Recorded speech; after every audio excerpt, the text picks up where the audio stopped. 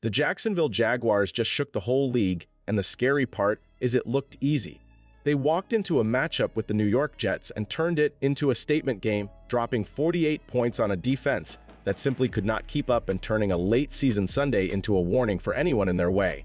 This did not feel like a team scrapping for respect. It felt like a group playing with the calm of a top seed that expects to win big every single week. Jacksonville piled up over 400 yards of offense, hit 31 points before halftime, and ripped off close to 8 yards per play while needing only a handful of third downs.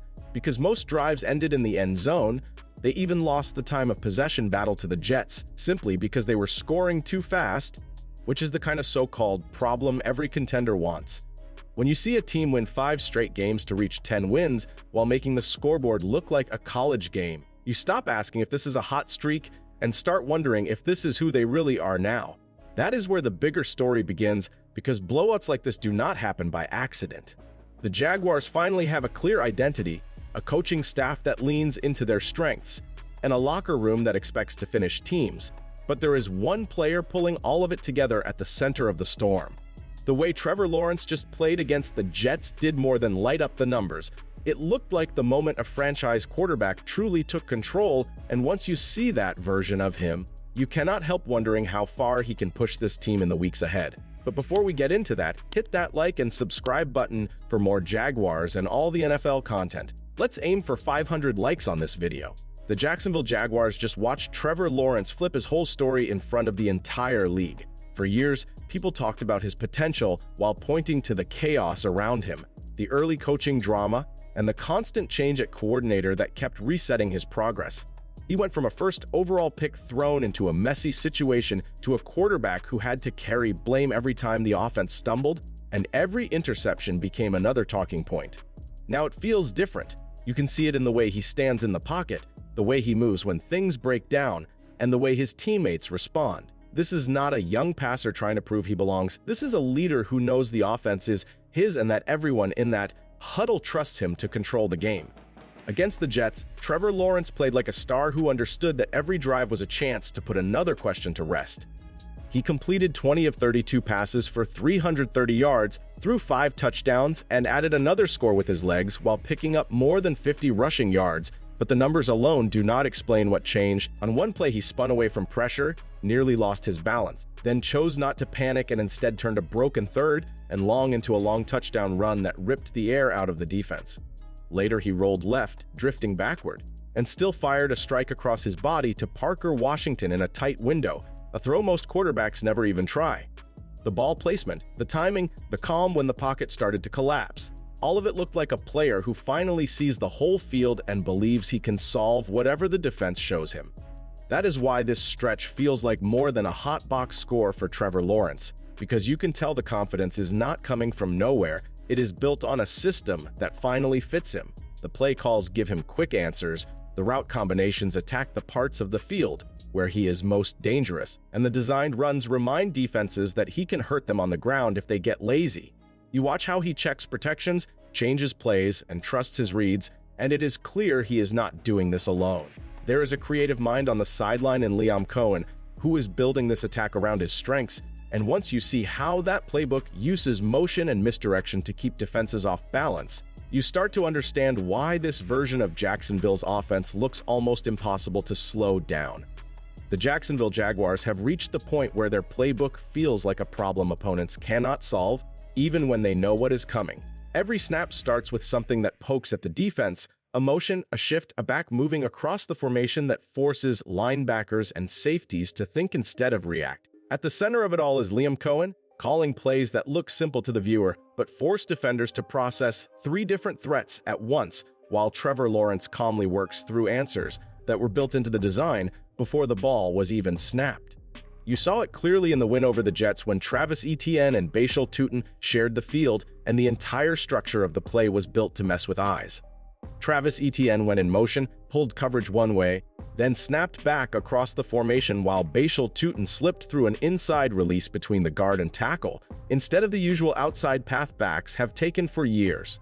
To the secondary, it looked like a normal wheel route for the motion back, but the ball went to Bashal Tutin streaking up the seam with space to finish, A perfect example of how one route can be used as bait so another can appear out of nowhere. Plays like that do not rely on Trevor Lawrence holding the ball forever. They hand him a clean one-on-one matchup and trust him to hit it in rhythm. This is the real edge Jacksonville has created with Liam Cohen, because the scheme constantly creates stress without asking the quarterback or the line to survive broken situations over and over. Motion checks coverage, layered routes punish slow reactions, and screens or quick throws punish any defense that tries to blitz its way out of trouble. When you add smart route runners like Parker Washington and a veteran like Tim Patrick to backs who can win as receivers, the board starts to tilt in the Jaguars' favor before the snap even finishes. That is why the next piece of this story matters so much, because once you look closely at the weapons around Trevor Lawrence, you start to see how dangerous this offense can become when every skill player on the field is a real threat. The Jacksonville Jaguars might have the most quietly dangerous group of weapons in the league right now, and defenses are finding out the hard way. This is not just one star carrying a weak group, it is a full set of skill players who all punish you in different ways the moment you guess wrong. You can see how relaxed Trevor Lawrence looks when he drops back, because he knows every route on the field has a real chance to win, and the defense has no easy place to hide. Once a team respects the vertical threat, the backs leak out. When they sell out to stop the underneath throws, someone runs past a confused defender. That constant feeling of no safe answer is exactly what turns an offense into a weekly problem. In the backfield, Travis Etienne sets the tone as a true three-level weapon who can line up next to the quarterback, motion into the slot, or release out of the backfield and turn a simple throw into a long gain. Defenses already know they cannot leave Travis Etienne alone on a linebacker in space, yet they still get caught because the formation shifts and the play design hide him until it is too late. Behind him, Bashal Tutin brings a different style, a physical runner who will lower his shoulder, but also has soft hands when he slips out on routes, forcing defenders to finish every tackle. Then there is LaQuint Allen, fresh legs who keep the tempo high and make sure the energy in the running attack never dips, which matters in the late stages of games when the front seven is tired and trying to match all this motion. On the outside and in the middle of the field, the variety is just as tough to match. Brian Thomas stretches the field as the big-time outside threat, winning down the sideline and demanding safety help that opens lanes for everyone else.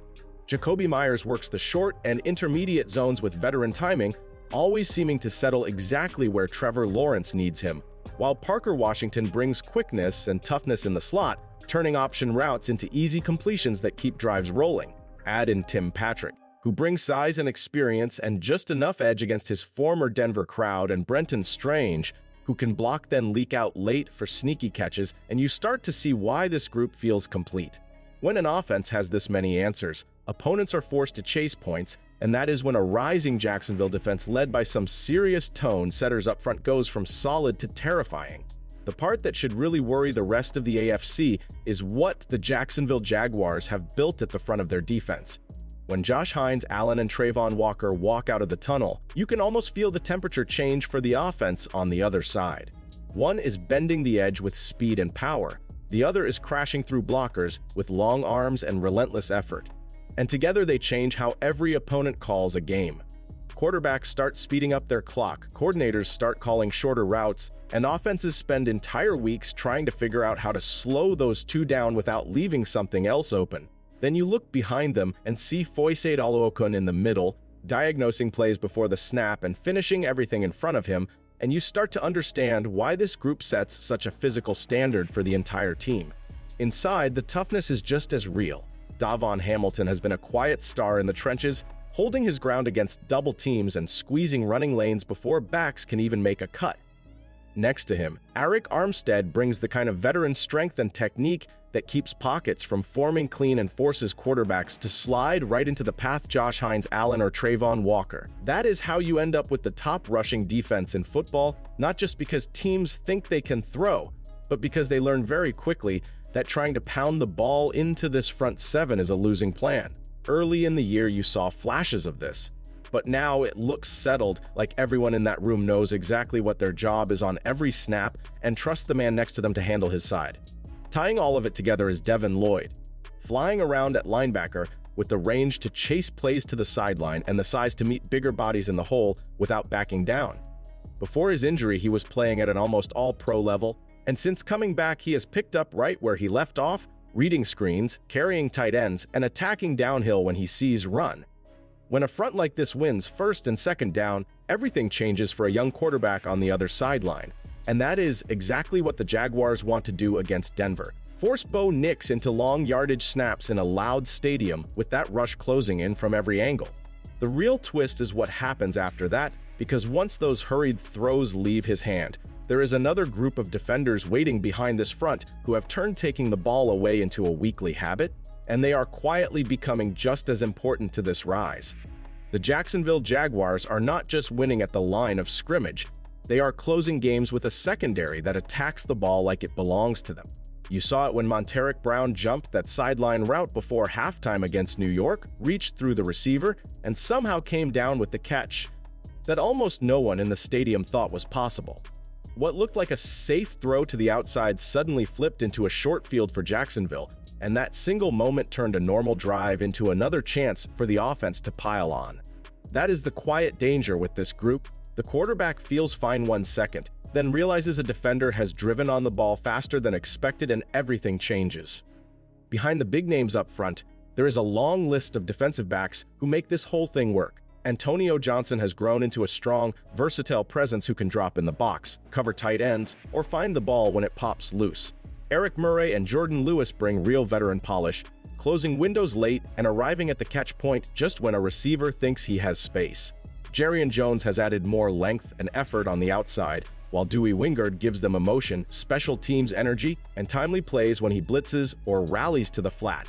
Add Miller, Johnson, and Montaric Brown as players who have already turned bad throws into takeaways, and even receivers like A.D. Mitchell learn that relaxed routes or soft cuts are dangerous choices against this unit.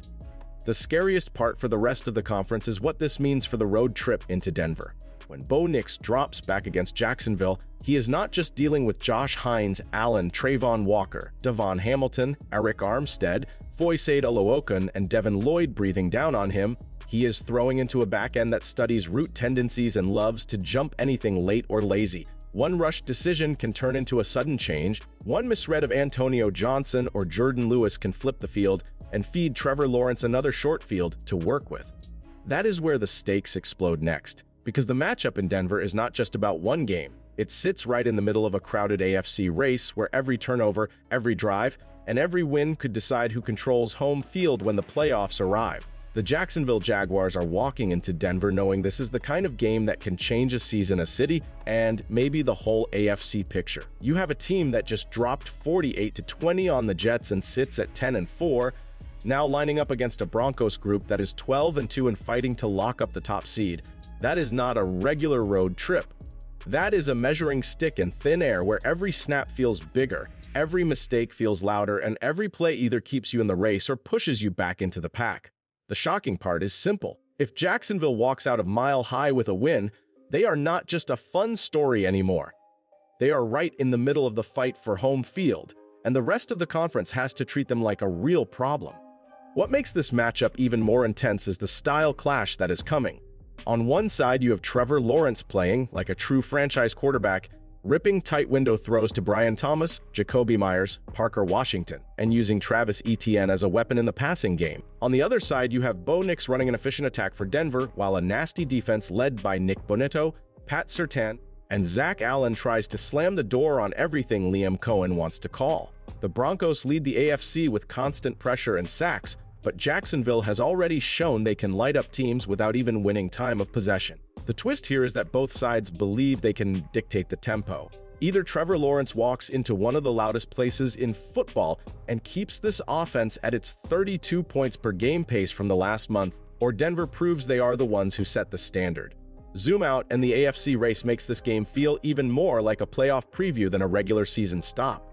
New England is sitting at 11-3. Buffalo and the Chargers are both at 10-4. The Texans with C.J. Stroud are right behind Jacksonville at 9-5, and everyone is fighting for a tiny bit of leverage. One loss can drop you from a shot at the top seed to a crowded wild card lane. One win in Denver can flip that board in your favor. That is why this week is more than just a fun matchup graphic. It is a pressure test for whether this Jaguars core is ready to carry the weight that older legends once tried to carry. And to really feel how big that is, you have to look back at the last time Jacksonville went into Denver and shocked the league, and how much pain and hope has built up between those moments. The Jacksonville Jaguars are standing in a moment where old memories and new expectations are crashing into each other. Older fans can still close their eyes and see Jimmy Smith stretching out in Denver, hauling in a deep ball from Mark Brunell that stunned the Broncos and put a young franchise on the national map, while tough linemen like Tony Bozelli and Leon Searcy cleared the way for everything that followed. They remember Keenan McCardell carving up zones, the crowd in shock, and a team that did not care who the favorite was. Now you look at Trevor Lawrence, Travis Etienne, Josh Hines-Allen, Trayvon Walker, Foyesade Oluokun, Davin Hamilton, Eric Armstead, Devin Lloyd, Antonio Johnson, Jordan Lewis, Jarrian Jones, and Andrew Wingard. And it feels like that same kind of edge is back. Only this time the pressure comes with years of close calls and heartbreak that this group is trying to erase. When Fred Taylor talks about this team, you can hear how different the vibe is compared to most of the years between those early highs and now. He described how in seasons like '99, the locker room knew they were good enough to chase the biggest stage, but nobody wanted to say it out loud until they were sending in Super Bowl ticket requests. He sees that same quiet belief starting to build here, where the focus inside the building is on the next practice and the next game, but the standard has clearly shifted. The players expect themselves to stack wins, hold each other accountable, and walk into tough stadiums like Denver thinking about how they can impose their style, not just survive the noise. That mindset is exactly what separates a fun playoff team from a real threat. And when a legend like Fred Taylor says he feels something in the air, people listen. This is why the current run means more than just a hot stretch and some big score lines, because it ties directly into all the old scars this fan base still carries. There are still people who think about Myles Jack getting ruled down in Foxborough, about David Garrett battling while Tom Brady barely missed a throw, about earlier trips to New England where great efforts came up just short. Now picture a future where a Jaguars team led by Trevor Lawrence walks into a postseason matchup with a new Patriots core built around Mike Vrabel and Drake May, not as a surprise visitor, but as a heavyweight expecting to win. Imagine Denver remembering that old upset while this new group tries to write its own chapter at Mile High. That is the real meaning of what is happening right now. This is not just about beating the Jets or chasing a seed. It is about whether this version of Jacksonville can finally turn all that history into fuel and push through the door that past teams kept knocking on, but never fully broke down.